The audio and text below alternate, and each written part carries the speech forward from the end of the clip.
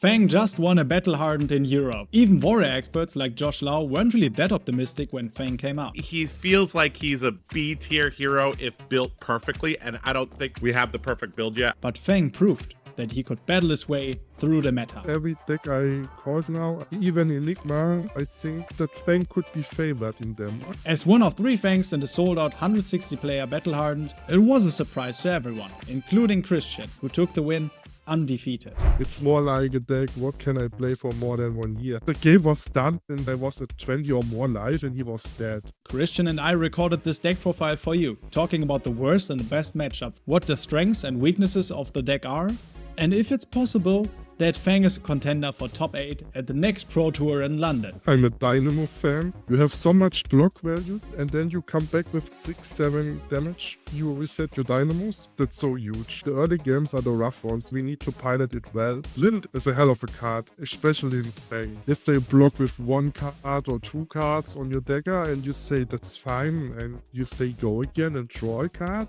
If I wouldn't have run this card, I probably would lost to the Enigma, both of them. Christian even shares some of his new deck building strategies, so it's worth sticking around till the end, because he shows us what kind of cards he considers a switch out for the Pro Tour. I already changed a couple cards in the deck after the Battle Hunt. I'm really disappointed about Provoke at all. If you go to the maybe spots, we're gonna run. She has her channel out to draw a card and you just say, sorry, you don't draw your card and I'm still pressuring you more damage this turn. I don't know about you, but I was super excited about Fang just when he came out. And now seeing him being a rival for the Pro Tour London meta makes me even more excited. Hey Academy, my name is Alex and you're watching the Fabled Academy, where I talk to best players and competitive personalities in the realm of TCGs. I even host a weekly podcast called the Fabled Academy Podcast, which you can watch on this YouTube channel or check out on your favorite podcast platform. Now let's learn more about Fang, the Drakai of Blades from Flesh and Blood. Why did you really choose Fang as your deck for the Battle Hardened? Did you think it was the winning deck from the beginning? There was no choice. I think this is the best deck. It's more like a deck, what can I play for more than 1 year? My collection was a little bit too big and I was trying to sell a part of it. And the first thing was, yeah, I am just playing Enigma for the next months, years. But then I realized she has a lot of points already on a Living Legend scale and I wasn't happy about that result already, that she is close to LL, and I was thinking which deck is good, but it has a lot of time, like 1 or 2 years you can probably play it and have fun with it. And then I saw the Fang and I was thinking, I like playing decks like this. I'm a veteran of Flesh and Blood. I grinded like when Flesh and Blood came out 500 points on the ladder with Dorinthia when to get to the 1000 points for the first German ranking. I went back to my roots. And to be fair, if I look back, I see me on Warrior. And then I was thinking, sure, why not? Let's take Fang and the card pool of Warrior and stick to that and have some fun and see how it's going. Can you give us a brief overlook on what really was your experience at the Battle Hardened, playing in the event, but then also your experience with Fang? Let's say it like this. I just dived into cold water with the Fang and the Battle Hardened and wanted to see how deep is it. I also had a long trek on the Rosetta heroes, so I didn't have much practice in them as well. That's why you can see on some matchups like the Florian and Aurora that I sometimes needed to read a card because I'm not familiar with everything. I started on the Battle Hunt, got some old matchups that I already knew with the Hundreds or Syndras, Azalea decks and new decks. And over the time when I played versus these decks, I realized what's the importance about Fang? First of all, you want to have your 3 Fidelity tokens. All the people say it's a number game anyway. And Fang has the best numbers when you successfully get to the 3 Fidelity as fast as possible. Even Nu, one of the strongest disrupting decks right now, can't handle you when you already are online. Because you have so much block value to block. I like the Dynamos. I'm a Dynamo fan. So you have so much block numbers, and then you come back with 6, 7 damage offense, and you reset your dynamos. That's so huge. So the equipment plays a big role, in which we will also look at in the deck profile itself. But how was the meta looking at the Battle Hardened itself? You talked about a few heroes that you were facing in the beginning of the tournament, but when looking at the top 8 specifically, there were like a wide variety of heroes in there. How did you feel about the meta that you were facing there?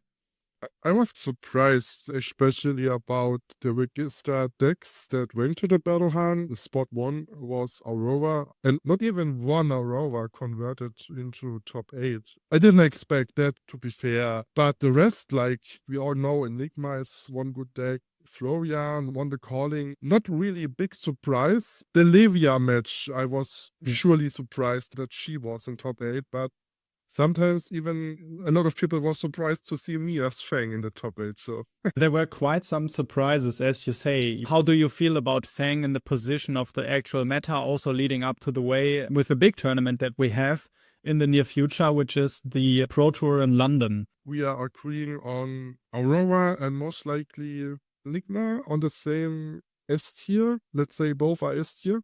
Aurora is hard if she has the nutty turn with the arcane damage.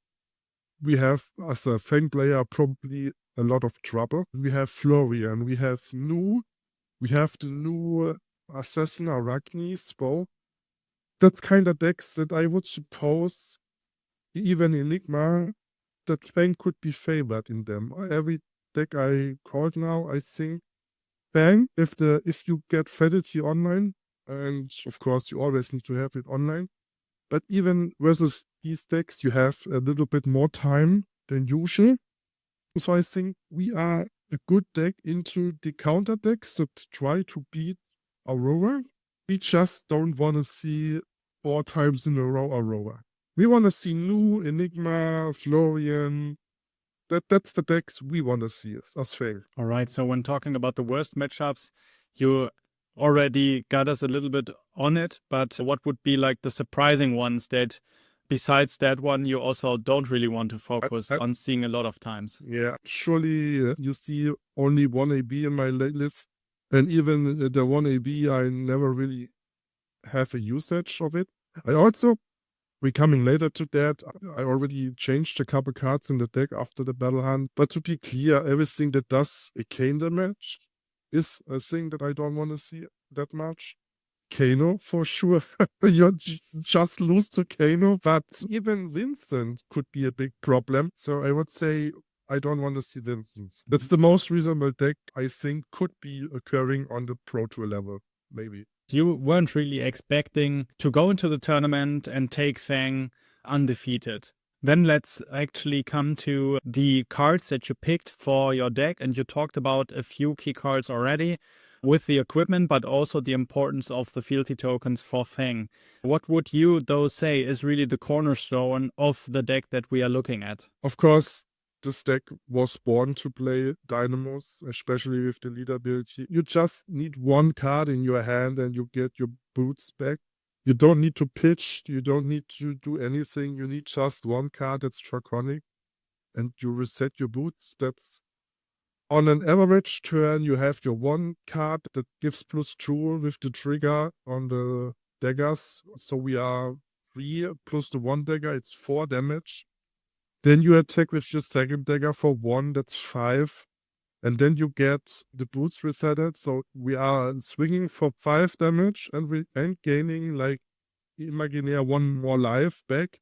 So we are swinging for a total of 6 value here with one of the bad cards that we could play. So that's an average turn. 1 for 6. Yeah. People figured out 0 for 4 is good. So how about 1 for 6? But then when you're talking about the cards that are really setting up this rate that you are looking for, what are the cards that are put into the main deck and that you then want to see in a turn like that? We talked 1 for 6 is great, but to come there first, we need to have 3 fatalities, right? So the issue is the first turns we play, we are undervalued as hell. Like, we play not really efficient. We need to pitch maybe a red card to swing for the dagger for 1. the best case is we have the blue to swing double, but the early games are the rough ones too, and we need to pilot it well. But for most part of the key cards, it's the Fallacy Generation card, Pledge of Fallacy. That's the most important card we want to see. It's an instant. Perfect even in turn 0 when we start a game, we just play both or one or how many we get for free, and we already have a heads up on the game.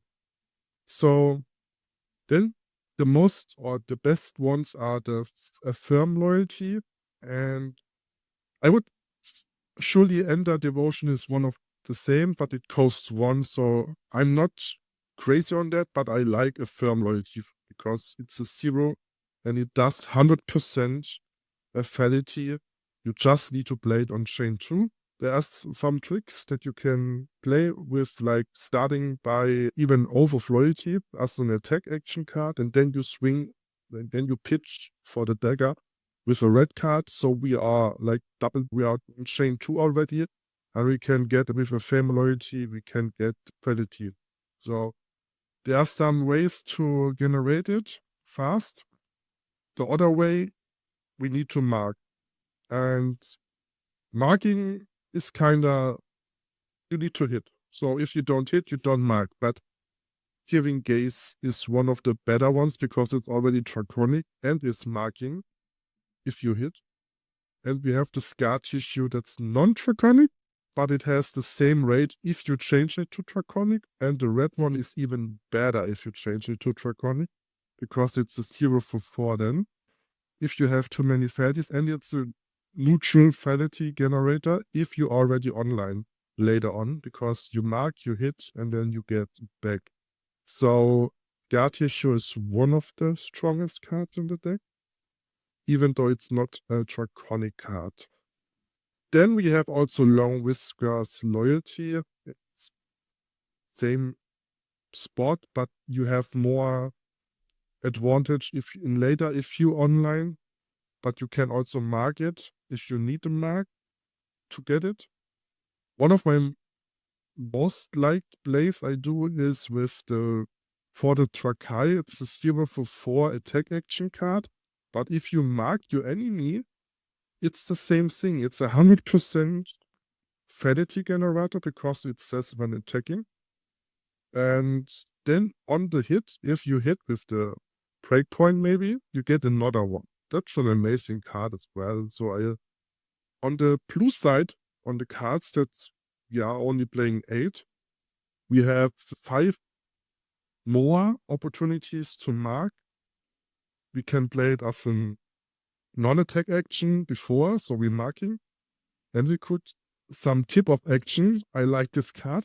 It's a 2-earth, but it comes in handy, and people never know if you can mark them as an instant speed. And it hurts. Yeah.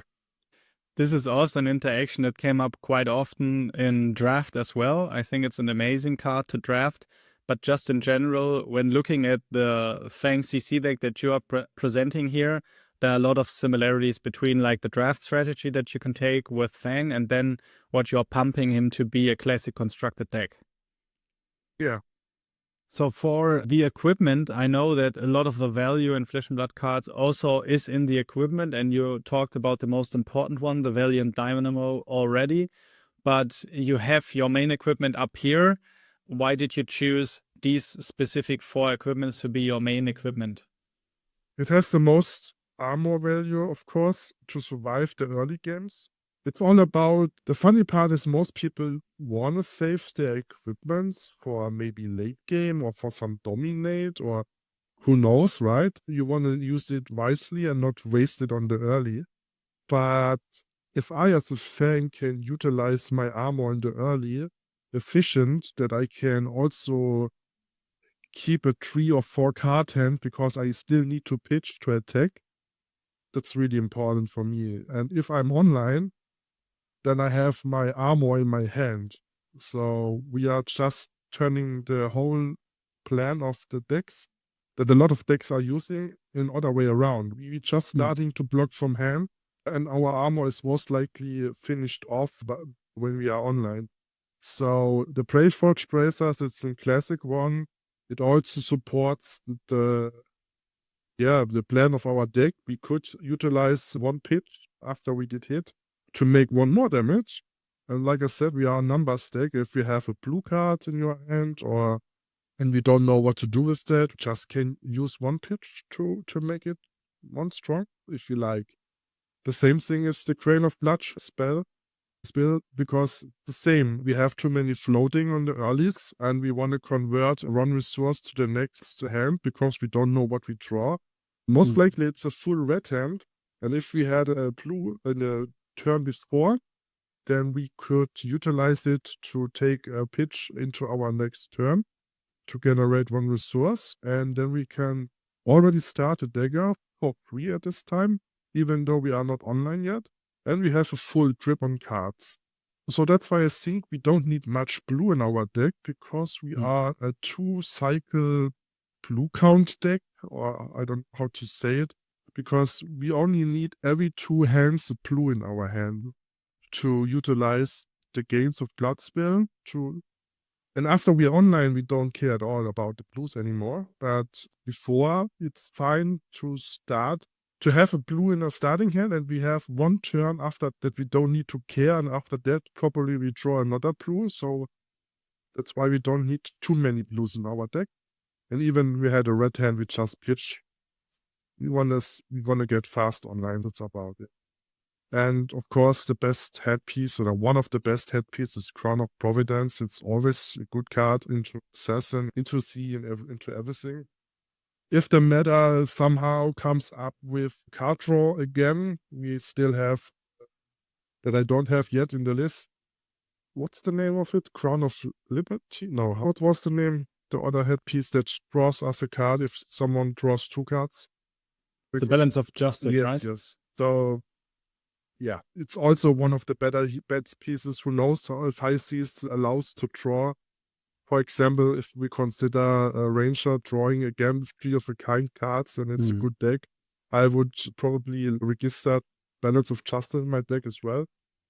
And yeah, we all in the sideboard, we have the Kabuto headpiece for now.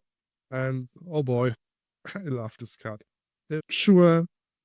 When it does this thing, it does its thing real well, because Enigmas, for example, all the auras are weapons.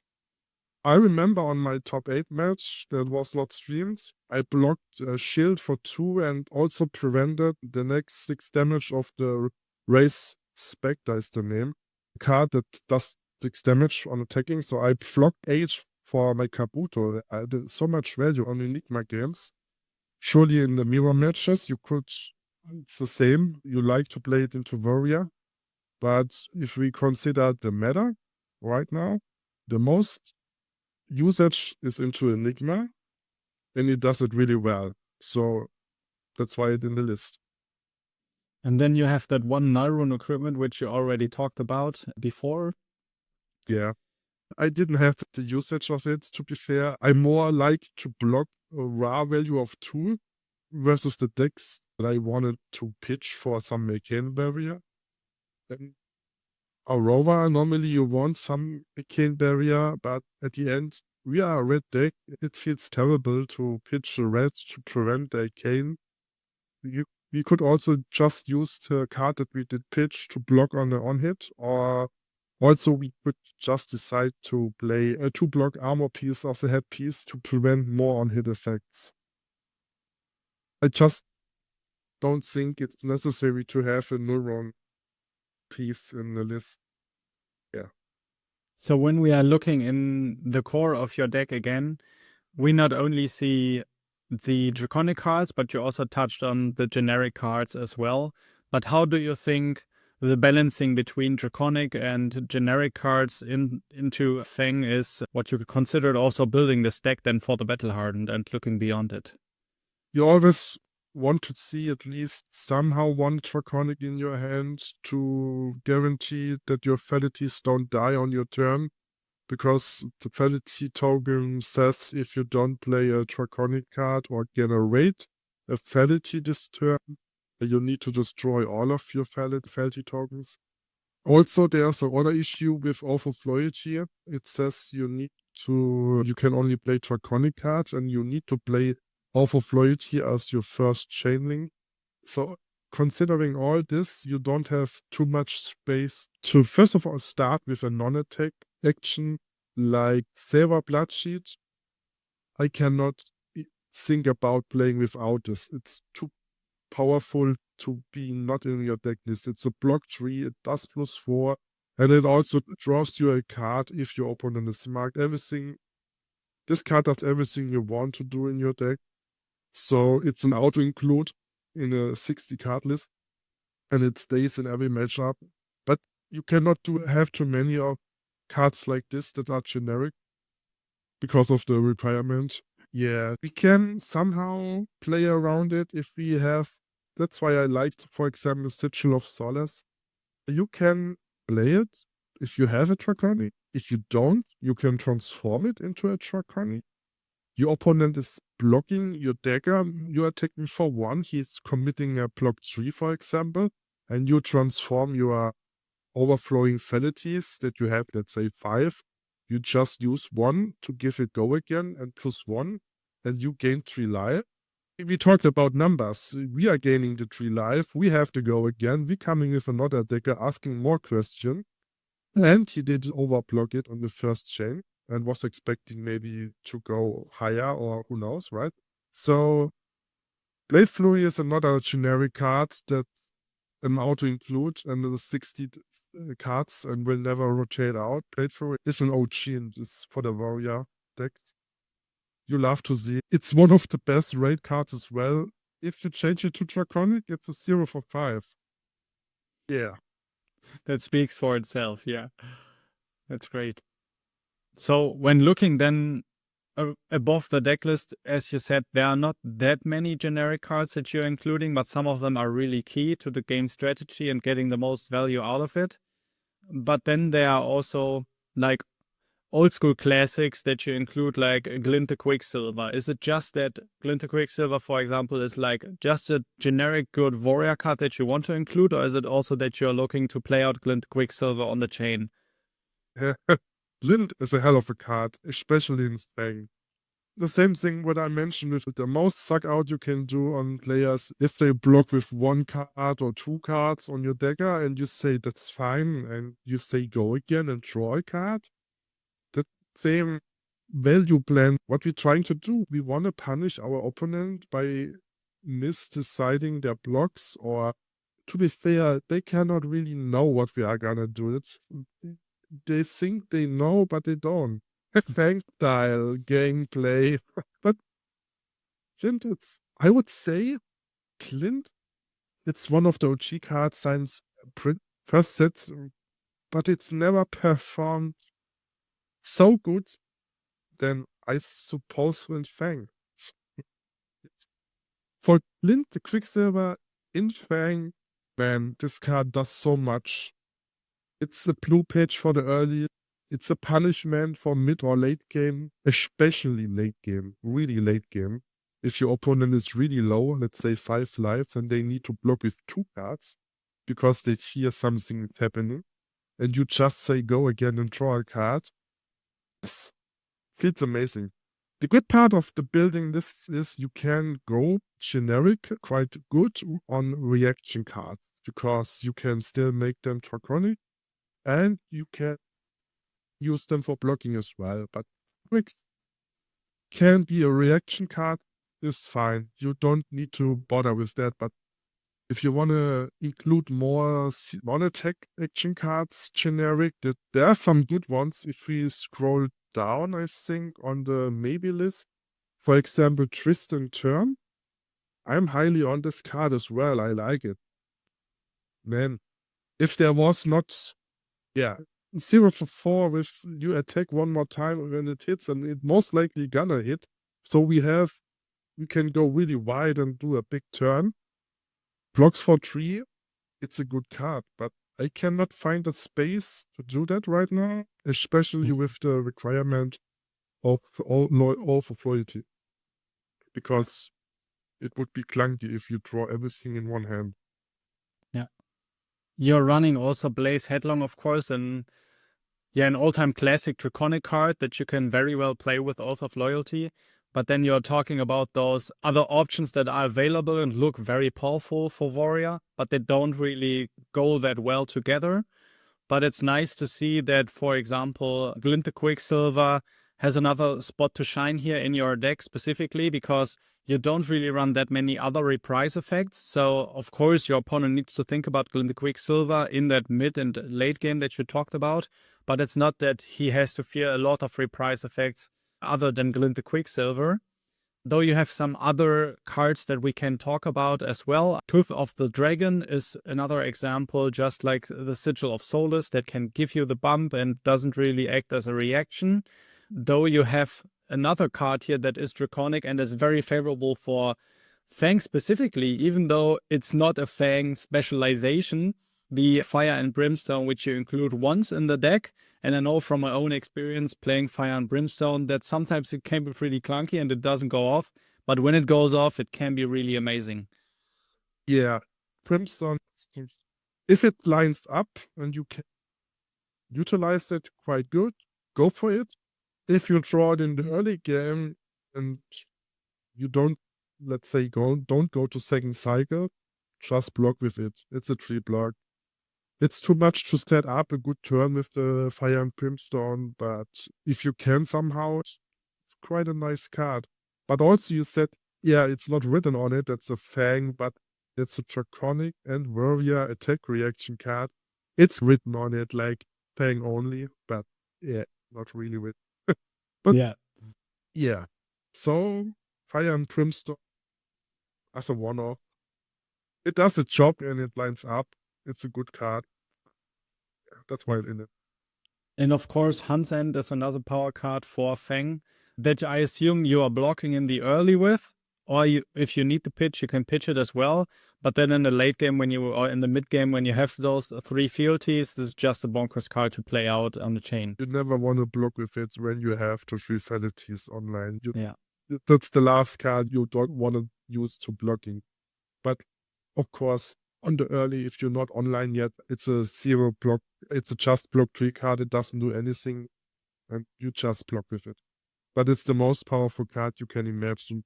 Swinging with your dagger, going up to 6 damage, and 1 with the next dagger. It's a 7 damage output and 1 boot. Recurring effect, so it's a 0 for 8. Yeah. All right, so then let's come to what you have in the inventory slot, which is mainly referred to as the sideboard. You have some more defensive options in it, but you also have Jagged Edge as another generic warrior attack reaction in here. Yeah, Jagged Edge. If I wouldn't have run this card, I probably would lost to the Enigma, both of them. But the whole purpose to have it is for the Enigmas. Like I said, I think Enigma and Aurora are one of the S tier heroes. And having a Jagged Edge in your sideboard for the Enigmas are stunning well, powerful, and they do their jobs, and you get the value out if they do some. Because already you're asking too many questions as Fang into Enigma. She needs to know really well maybe how to block, or even though she knows, you have some surprises on top. Jagged Edge is just for the Enigma match to secure the win. Yeah. And then we have more defensive options, which you also include in the main deck, Loyalty Beyond the Grave. This is like your main defense reaction that you are running. That also gives you the possibility to draw cards later in the game. But then in the sideboard, you have Shelter from the Storm, Sink Below, and that all you got. So why did you really include 12 defense reactions in general, but then decide on these 3 particular to go in the side deck? Sideboard with the I'm gonna check what I'm gonna play, and then I decide to swap out. For example, into Aurora, we always want to see every 4 block we can imagine, every 3 block we can have to stop the on-hit. And I think a lot of other decks also, even they run maybe Fate Foreseen because they want another 4 block for the Aurora matchups. But for this specific deck list right now, I'm happy with the D-Reacts. That's all you got is quite impressive. Into the Assassins, they want to try to mark, or they scale peeler, want to try to scale peeler me, and playing That's All You Got on the daggers is quite strong. Having your 4 block D-reacts into all the possible decks to try to on-hit you with some breakpoint. No question about these two. And then we have our Draconic defense reaction in our deck that will draw us a card whenever we need to. Maybe we need it on the early to get online faster. Maybe we need it in the late game. Maybe even we needed to block with all our cards and we would lose the fatalities in our turn. But somehow we managed to draw with Loyalty Beyond the Grave some reaction card or anything else, then we can transform it to Draconic, or is it, or if it's not a Draconic. Yeah, sure, Loyal Beyond of Grave. When I read this card, when the card came out and the first thing I saw this card, I wasn't I was not thinking much about this card. Okay, 0 block 3, you need 2, then you draw. Why not play something better?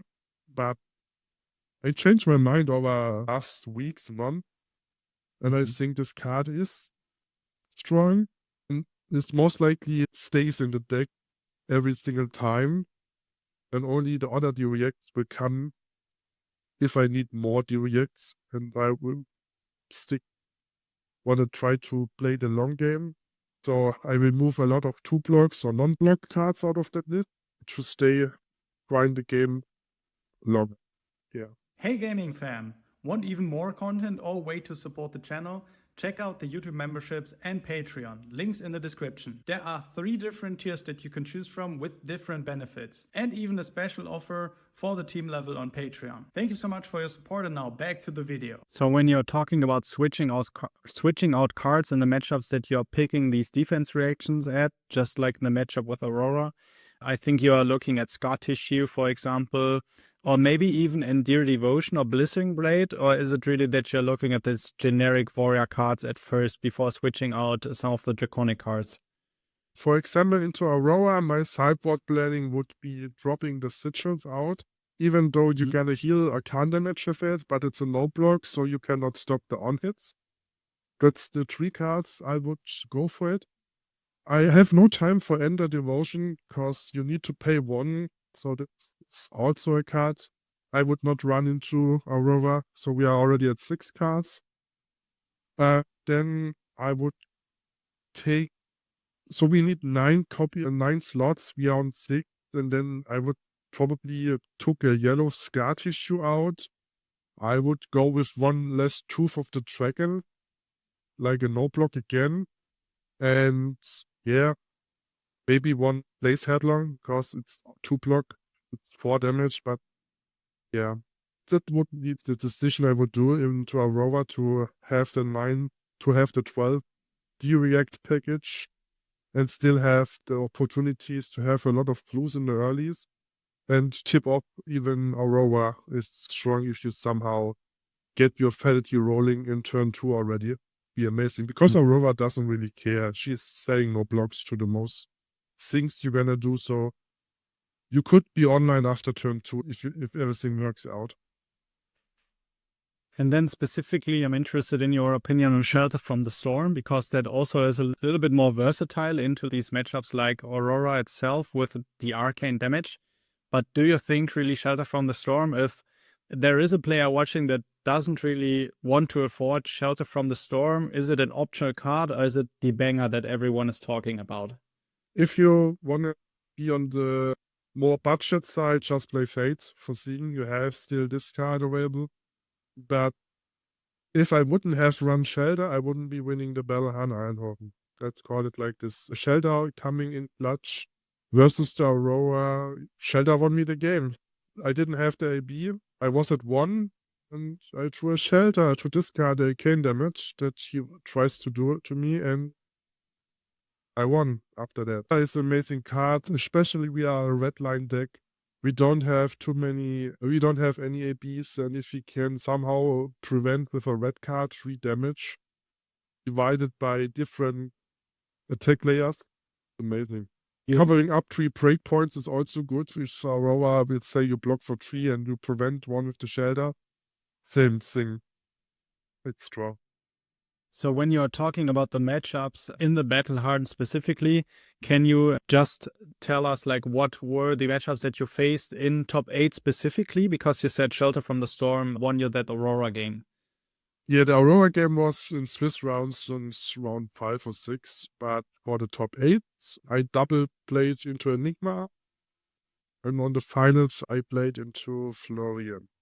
Is there anything specifically that you think about when winning against Florian? Because you talked about Aurora, you talked about Enigma as well. This is, like I said, the Rosetta Heroes, I had zero experience. I played in Swiss round 2 against Florian, so my first game ever into Florian. I saw how this deck functioned a little bit. I understood it more. Played into the 8th round versus the other guy that was 7-0 with Florian. So this is the same guy that I needed to beat again on the finals later. So we already had our match on the Swiss rounds in the last round. I got pretty lucky on this game. I started with double Pledge of Vanity. So 2 vanities in turn 0. He started with Trance on his side, so both had a good start. But the game was done with half a deck left on my side, and I was at 20 or more life, and he was dead. So I was thinking, okay, cool, done. And on the final, so to be fair, I registered 60 card list on both of the games, Swiss and finals. And on the final, I didn't realize how close it was at the end, because my deck size was terrible low, like under 10 cards or maybe something like that was left when I did the finish low. So if I could change in the future, because we are most likely a redline deck anyway, I can just play all my sideboard cards and it doesn't hurt me about my ratios at all with the blue pitch count. So what I learned about this is I would never run 60 cards into Florian again. I would probably play my whole deck except maybe at all you got. Maybe a 69 card list, but for sure I surely would run 9 more cards. So it wouldn't be that close at the end. Yeah. And then also when we are looking at the maybe cards that you included here on February, I was also specifically asked about you not including Den of the Spider or Smoke Out. So why did you choose to not include these 2 cards specifically? Both are strong cards, no question asked. Smoke Out, I think, is a better one than of Spider. But I'm not in a team that test like 50 games and figure out the best possible cards to register. Smoke Out I can see somehow coming into the deck list, but I could also ask you the question now, which cards would you cut for this tree? Running 15 D-Reacts, I probably would not do that. You could say, you asked me about a budget version for the Shelter, you could just run the Smoke Out, and then you're probably also strong for the Shelter option start. But I want to see more on the 4 blocks, the react in my head because of the Auroras and everything that tries to on-hit you. I'm more like a D-React for 4 guy than a D-React for 3 guy. Even though Smoke Out is brutally strong, it does the job quite well. Yeah. And then also a card that that has a lot of like hype to it, let's say, that is Provoke. And how are you viewing Provoke? Would you include it in the future, or do you think it's just an optional card for Fang? I don't even see it as an optional card for Fang at all. I'm really disappointed about Provoke at all. This card does fit in other deck types of warrior plays games, for example, to win better than in Fang. First of all, it costs you 1. You never really want to pay 1 for something like this. And now it's a blue block 3, and there are other possibility cards that you can play before you even consider playing Provoke. There's also a generic loop card that blocks for 3. It's also played in Dorinthia, and you can play it possible in Fang if you like more blue pitch 3 blocks. It's a generic one that gives you +1 It's like Iron Song response without reprise. Yeah, the crab. Yeah. The crab attack reaction. Nip the heels, I think is. Yeah, hit the heels, something like that. So this one is, why would you, like, if I needed to play more blues, I would not consider provoke. I would probably consider hip. Yeah. Just include the crab man and then it's good. All right. Then I think one more interesting card that we can cover is Sharpened Senses, which is also a new card from the Hunted. What is your thoughts about Sharpened Senses? I'm still cooking with this long. The thing is, right now, I'm back and forth because I'm preparing also for the Pro Tour. I want to show some new spice, and I think Charm Sense could be the new spice that Fang could value quite well. But on the other hand, what's the most strength we could provide with Fang is you attack for 1 with your Dagger and nothing before. No one knows what's gonna happen. And if you play this card in front, they know. They can even block it perfectly, because if you decide a Blade Flurry, then you are on 4. Then they can sink or fade or whatever. So it's you can, how's it called? If you play this card, you show your opponent already how this turn could end at the end. So they can plan it better than, instead, if you have a 4-card hand and you attack for 1, they don't know, and they know nothing. They have no clue what's coming next. Something, but I want to try on the Pro Tour. Probably I will stick to 1 copy in the main deck, and it's a 1. I just want to show the world that I have this in my list, because there's one amazing possibility turn that you want to see the combo Sharpened Sense, and it's the 1 Brimstone, Fire and Brimstone turn. Ooh, yeah. Then you have a small Zodia turn, and this is this outcome. And now imagine, because just you're gonna set it up, pitch, put it in Arsenal, Fire or Sharpened Sense, and then you wait for the order. But there are some other also possibilities with Sharpened Sense. Like I said, play Flurry. Then you don't need to play any Draconic on top, and both attacks have go again. That's strong. But it's open like a book. Your opponent can block. He can block with a 3, and then you say, okay, Draconic attack reaction, you go up to 7, and then he's still reacting it. So he blocks clean 7. That's terrible. We want to leak some damage. We want to get the value out of every card we have. So Sharpened Sense isn't unfortunate, no tree off, I suppose, yet, but I like this card really well. So I will try to make it happen with a Fire and Brimstone combo. If not, it's a block 3 yellow pitch card that supports our game plan. So no question, this card is all around good. Don't forget about the thing that I mentioned with Oath of Loyalty. It's another card that we need to play on the first. We need to start with Sharpened Sense on our turn, most likely to utilize it the best way. Or also a thing. But a 1-up. Guys, let's see if the spice comes through. Who knows? Are there any other statements that you want to make here before we drop out on the deck profile? Yeah, one thing that I will change, because I mentioned it, I'm probably not gonna run any Nullrune hotkeys. If you go to the maybe spots, 100%, we're gonna run Spellfire Tiara. So you're asking you now, okay, yeah, sure. But could you imagine in Aurora where this card could come in clutch? I'm not sure from the tip of my head. Imagine you are attacking your beautiful Aurora, and she is a Sigil of, what's the name? Pain? Sigil of Suffering? Yeah, Suffering. The react that deals 1 arcane damage. Then she has her channel out to draw a card. And so you just say, sorry, you don't get the 1 value of your react. You don't draw your card. And I'm still pressuring you more damage this turn.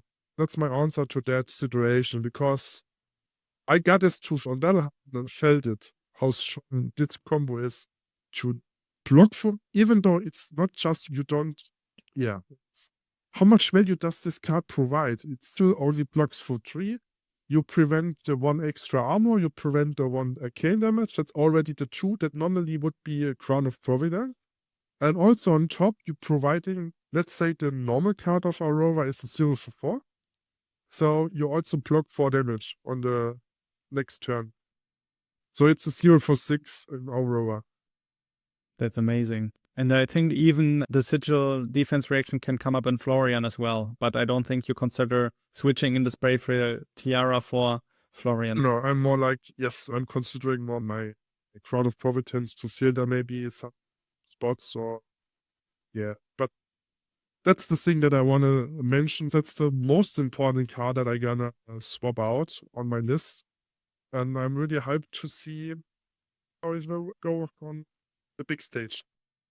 I am excited for you, as well as I'm excited for all the Fang players that will learn from this video and maybe pilot Fang as well in the Pro Tour, because I remember when the Hunted came out in the beginning of the year, I immediately fell in love with Fang and his playstyle, because it's just such a unique thing. It's a Draconic warrior, the first one that we have. And I think, as you described it as well, he opens up the possibility of those mind games, all of these warriors that want to play a lot of reactions. Yeah, couldn't agree more. And look at that bad boy hero picture. Who doesn't like it? For sure, yeah, exactly. Do you have a last bonus tip for playing Flesh and Blood in general before we leave this video? The most thing about Flesh and Blood is have a community to play and learn, testing with each other, having fun, having a good mindset that I learned previously. Just play for fun and see how it goes, because that's what I did on Battle Hardened. I wasn't planning to win this. I wasn't considering even coming to top 8 with this. But one after one, it comes closer. I wish all of you guys best of luck on the Pro Tour. Let's have some fun. I also wish you best of luck for the Pro Tour, Christian. And thank you so much for taking the time to coming here and showing us your deck. What do you think? Is Fang a surprise contender for top 8 of the Pro Tour London? Let's discuss in the comments. Until then, you can check out my podcast with Josh Lau on Warriors in Flesh and Blood by clicking here.